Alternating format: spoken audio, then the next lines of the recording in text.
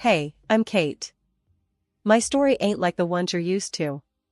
It's a bit rough around the edges, kinda like me, I guess. See, I was 5 when my dad decided he'd had enough. Just up and left one day. My mom, Clara, well, she didn't take it too well. Can't say I blame her, but I sure as hell got the short end of the stick. Kate, do your damn chores. Clara's voice would cut through the silence of our small, cluttered house like a knife. She had this way of making me feel like I was nothing but a burden. I'm doing them, Mom. I'd shoot back, trying to keep my voice steady. I learned early on that talking back only made things worse, but sometimes I couldn't help myself. She'd just scoff, muttering something about me being just as useless as my dad. That stung. I didn't even remember him that well, but according to Clara, I was his spitting image, a constant, living reminder of the man who left us. Most days, she'd be out, trying to scrape together a life for us, or that's what she claimed. I spent a lot of nights alone, or worse, with her friends who barely tolerated my presence. Keep an eye on Kate, she'd say, as if I was some pet she couldn't be bothered to care for. The few times she was home, affection was in short supply. A head pat here, a distracted there as I tried to tell her about my day. It was like talking to a wall. One evening, I tried to hug her. I just wanted to feel like her daughter, you know? She stiffened up and pushed me away. What do you want now? She snapped, eyeing me like I'd asked for the moon. Nothing, I mumbled, stepping back. I learned to stop asking for hugs after that. School wasn't much better. I was the quiet kid, the one with the hand-me-down clothes, and the absent mom at every parent-teacher meeting. Why's your mom never here, Kate? The other kids would ask. What was I supposed to say? That she didn't care? One day, Clara came home in a foul mood, worse than usual. She'd had a fight with one of her friends, the kind that was supposed to watch me but just let me fend for myself. Why can't you be more like other kids, Kate? Look at you, sitting there with your stupid books. You're just like your father, a complete waste of space. I bit my lip, holding back tears. Arguing would only make it worse. Sorry, Mom, was all I could say, even though I didn't understand what I was apologizing for. That night, I lay in bed, listening to the silence of the house. It was overwhelming, the feeling of being so unloved, so unwanted. I promised myself that one day, things would be different. I wouldn't end up bitter and alone like Clara. I didn't know how I'd make it happen, but I had to believe there was more to life than this. Then Mark came along. Mom married him in a whirlwind, and suddenly, we were a family again. But when Lily was born, it was as if I became invisible, a ghost wandering the halls of a house that no longer felt like home. Kate, look at your sister. Why can't you be more like her? Mom would often say, her gaze fixed on Lily with a warmth I hadn't seen in years. I tried to remember the last time she'd looked at me like that, but came up empty. I shrugged, attempting to ignore the sting of her words. What do you mean, Mom? She sighed, a sound of frustration and disappointment. Lily's so put together, so delicate. And you? You're always in those baggy clothes, hiding who knows what. You could be pretty if you tried. Mark would sometimes interject, a gentle mediator in our stormy household. Clara, Kate's fine the way she is. She's smart, kind. But Mom would cut him off, her voice cold. I'm talking to my daughter, Mark. Stay out of this. The divide between Lily and me grew as she embraced her role as the cherished child. She knew she was the favorite and used it to her advantage, sabotaging me with a smile on her face. Mom, Kate won't share her makeup with me. Lily would lie, knowing full well I had barely enough for myself. I bought that for both of you, Mom would snap at me, without bothering to check the truth. Why do you always have to be so selfish? But I'd start, only to be silenced by a look. Mark, bless his heart, tried to make peace, but his efforts were often in vain. One evening, as I helped Lily with her homework, she deliberately knocked her glass of juice over my papers. Oops, she said, not a hint of remorse in her voice. Lily, apologize to your sister, Mark said firmly, witnessing the scene. Lily pouted, turning her manipulation skills on. I didn't mean to, Daddy. I'm sorry, Kate. She lied, her apology as empty as her gaze. Mom walked in at the tail end, her eyes darting between us. Without missing a beat, she sided with Lily. Kate, can't you see she's sorry? Stop making a scene and clean this up. Frustration boiling within me, I cleaned up the mess, the injustice of it all burning in my chest. It was always the same, Lily's word against mine, and I was always the villain in Mom's eyes. One day, feeling a mix of desperation and longing for a connection, I called Mark Dad in a moment of vulnerability. It slipped out, natural as breathing, but the fallout was immediate and harsh. Mom's face twisted into a mask of fury. How dare you? You have a father, Kate, and Mark is not him. You're just trying to replace him because he didn't want you. Her words were like a physical blow, knocking the air from my lungs. Mark looked stricken, caught between his wife and stepdaughter, a silent witness to my humiliation. My voice broke, the hurt too deep for tears. I thought. What? That you could just pretend everything's okay? That you could make us a perfect little family? Mom's voice was venomous, each word a pointed dagger aimed straight at my heart. In the end, I retreated to my room, the sound of Lily's laughter echoing behind me. I was the outsider, the unwanted, living in a house divided by favoritism and silent battles. Mark tried to offer solace, but his kindness was a balm on a wound too deep to heal. Growing up wasn't easy, not by a long shot. As I hit my teen years, things at home went from bad to downright miserable. Mom's critiques got harsher, and Lily, well, she was blossoming into a mini tyrant, with Mom as her biggest cheerleader. One afternoon, I was trying on clothes in my room, the door barely cracked open. I could hear Lily's snickers from the hallway. Look at Kate, trying to dress up. Like putting lipstick on a pig, she jeered, not even bothering to lower her voice. I flinched, the sting of her words hitting harder than I wanted to admit. Shut up, Lily. I snapped back, more hurt than angry. Mom's voice cut through the tension like a hot knife. Kate, don't talk to your sister like that. And Lily's right, you know. Those clothes do nothing for you. I stood there, a mix of anger and humiliation washing over me. I wanted to scream, to tell them both off, but I knew it would only make things worse. Mark wandered in, oblivious to the brewing storm. What's all the noise about? He asked, looking between us. Lily's just being her usual charming self, I muttered, my voice dripping with sarcasm. Mark sighed, a look of resignation on his face. Girls, can't we all just get along for once? Tell her to stop picking on me, then, Lily whined, playing the victim like she always did. I'm not the one starting things, I protested, but it fell on deaf ears. Mark just shook his head and walked away, leaving me to fend for myself yet again. The next day at school, I overheard some kids talking about a party. For a fleeting moment, I entertained the idea of going, of being normal, for a change. But then reality crashed back in. I couldn't bring anyone home. Mom would make sure any friend or boy I liked would run for the hills with her comments. One evening, Mom was on one of her tirades about my appearance. You could be pretty if you actually tried, Kate. Look at Lily, she takes care of herself. I was at my breaking point. Why do you always compare me to her? I'm not Lily. Mom just rolled her eyes. Because she sets a good example. You could learn a lot from your sister. The words felt like a slap in the face. It was always Lily, always about how perfect she was and how I just couldn't measure up. I stormed off, my heart pounding in my chest. Alone in my room, I let the tears come. It was clear I was the odd one out in this family, the constant disappointment.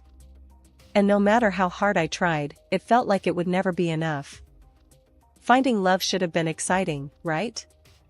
For most people, maybe, but for me, it felt like walking through a minefield blindfolded. After everything at home, I was hungry for a bit of tenderness, something real and warm. But every time I thought I found it, boom, everything blew up in my face. I met Jake at work. He was funny, had a killer smile, and didn't seem to mind my awkwardness. We hit it off, and for a minute there, I thought, hey, maybe this could be it. One night, I decided to bring him home, thinking it'd be safe. Big mistake. Kate, who's this? Mom asked, eyeing Jake like he was some bug she found under the sink. This is Jake, Mom. We work together, I said, trying to keep my voice steady. Jake reached out, all polite and smiling. Nice to meet you, ma'am. Mom just nodded, her smile tight. Once we sat down, it started. It was like she had a radar for my vulnerabilities. So, Jake, Kate's not much of a looker, but she's got a good heart, I suppose. Keeps her room clean. That's something, right? Mom's voice was all sweet poison, her words slathered in fake honey. I could feel my cheeks burning, my heart sinking. Jake looked at me, confusion and pity in his eyes. That look, it just about killed me. Actually, I think Kate's great. Really smart and funny, Jake said, trying to defend me, but Mom wasn't having it. Oh, sure. But you know, boys always gotta be careful. Girls like Kate, they get clingy, think every date means wedding bells. Mom went on, each word a dagger. The evening couldn't end fast enough. Jake left, and so did any hope of us. He was cool at work, but distant. Couldn't blame him. Who'd want to dive into that hot mess? It wasn't just Jake. There was Tom, Darren, and a few others. Different faces, same story. Mom would either scare them off with her warnings, or Lily would do her part, spilling some made-up scandal about me. I stopped bringing guys home after that. Started meeting them outside, but the damage was done. My confidence was shot. Every date felt like a ticking time bomb, waiting for the moment they'd find out about my crazy family and bail. One night, after another failed date, I came home to find Mark sitting in the living room, alone. Rough night? He asked, the TV casting shadows on his tired face. Yeah, you could say that, I replied, slumping down beside him. Kate, you're a catch, you know that? Any guy would be lucky to have you, Mark said, sincere as always. I wanted to believe him, really, I did. But belief was a luxury I couldn't afford. Not with Mom and Lily always there, ready to remind me I wasn't enough. Thanks, Mark. Just gotta keep looking, right? I forced a smile, but inside, I was crumbling. Yeah, keep looking. He's out there, Kate. Someone who'll see you for the amazing person you are, Mark encouraged, his optimism a faint light in the darkness. I nodded, not really convinced, but grateful for Mark's belief in me. Maybe one day, I'd find someone who looked past the mess, saw me, and stayed. Until then, I'd keep searching, hoping for a love that could withstand the chaos of my life. A few years down the road, and here I am, Kate, at 27, carving out a slice of life for myself. I've got a decent job as an economist at this big company, and I've been living in my little slice of independence, a small apartment that's all mine. But the real game changer? Meeting Alex. He's not just some guy, he's the guy. The one I can actually picture the whole "till death do us part" scenario with. One evening, lounging on my thrift store couch, Alex turned to me, his eyes serious, but kind. Kate, I think it's time we introduce each other to our folks. I mean, if we're serious about this, and I know I am, they should know, right? My stomach did a somersault. Meeting his folks? Sure. My family? That's a whole different ball game. Alex, you know I'm all in with you, but my family, it's complicated. He took my hand, his thumb brushing against mine. Hey, we all have our brand of crazy at home. How bad can it be? I sighed, spilling the beans about the whole ordeal with Mom and Lily, leaving out no gritty detail. Surprisingly, he didn't bolt. Instead, he squeezed my hand tighter. We'll face them together, he said, and just like that, I felt a bit braver. So, I bit the bullet and called Mark.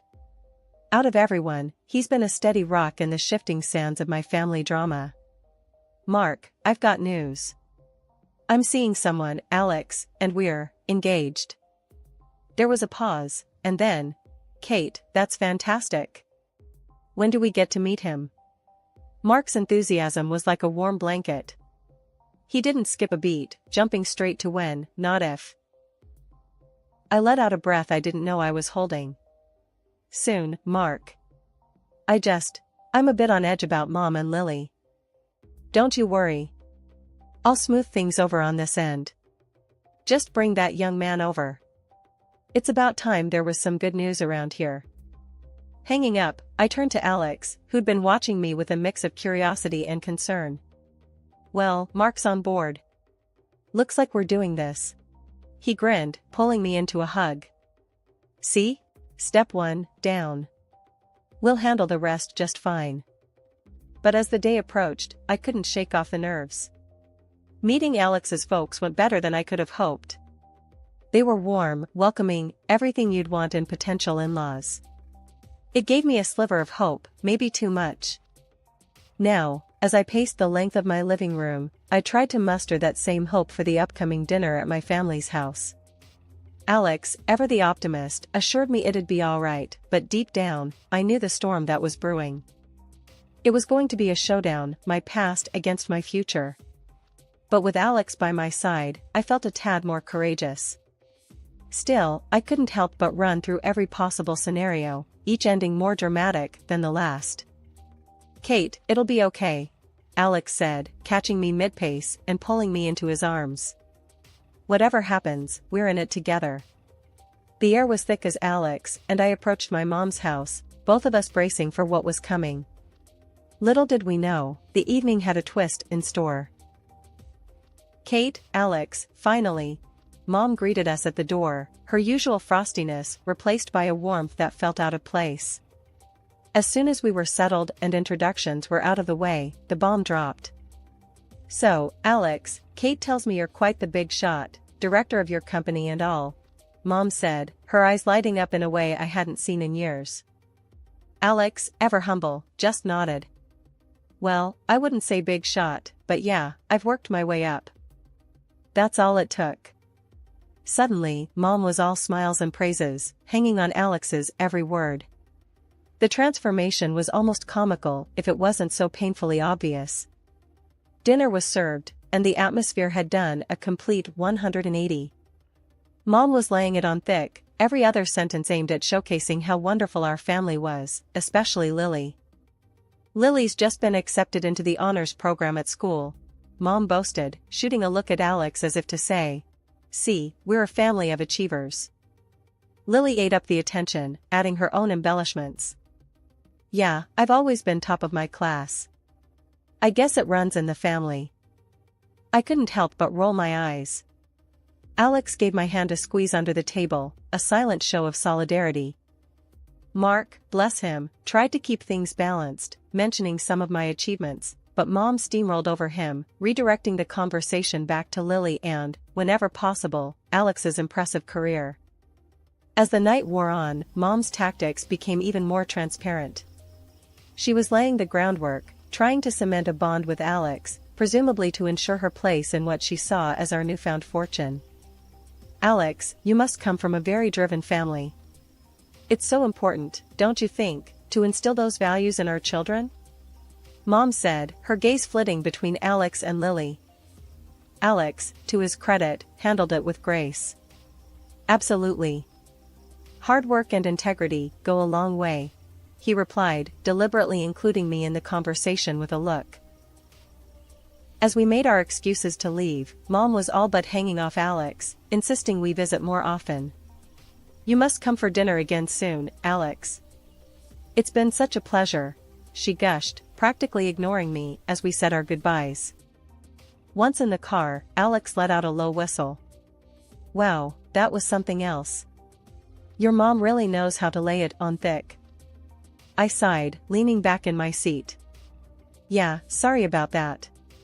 She sees what she wants to see. Alex took my hand, giving it a reassuring squeeze. Hey, we're in this together, remember? No amount of schmoozing from your mom can change that. The day after the dinner, I was still reeling from Mom's performance when my phone buzzed. It was Alex, and he sounded weird, like he was trying to stay calm but was struggling. Kate, you're not gonna believe this. Your mom, she called me. Alex started, his voice tight. I froze. Called you? How did she even get your number? He sighed. Found it on some work documents you left at their place, I guess.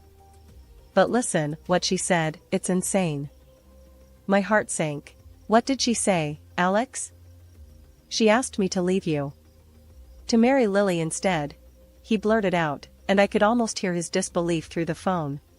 I felt like I'd been punched in the gut. She what? The words felt surreal, like we were talking about someone else's life, not ours. Yeah, I know. It's messed up. But Kate, I have an idea. We can expose her, show everyone what she's really like, Alex said, a determined edge to his voice. Fast forward, and I'm sitting in a cafe, wig and sunglasses on, heart pounding as I watch Alex and my mom at a nearby table. The conversation flows, with my mom laying out her absurd proposal like she's negotiating a business deal, unaware of the dictaphone hidden in Alex's jacket. As the meeting wraps up, my mom leaves the cafe, all smiles and confidence. I watch her go, shaking my head. This was a woman I no longer recognized, a stranger wearing my mother's face. Alex joined me, his face a mix of concern and anger. You okay, Kate? I looked up at him, my decision clear. Yeah, I'm okay. Let's go home.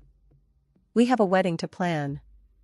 The day had come for truths to be laid bare, for masks to fall off, revealing the raw reality underneath.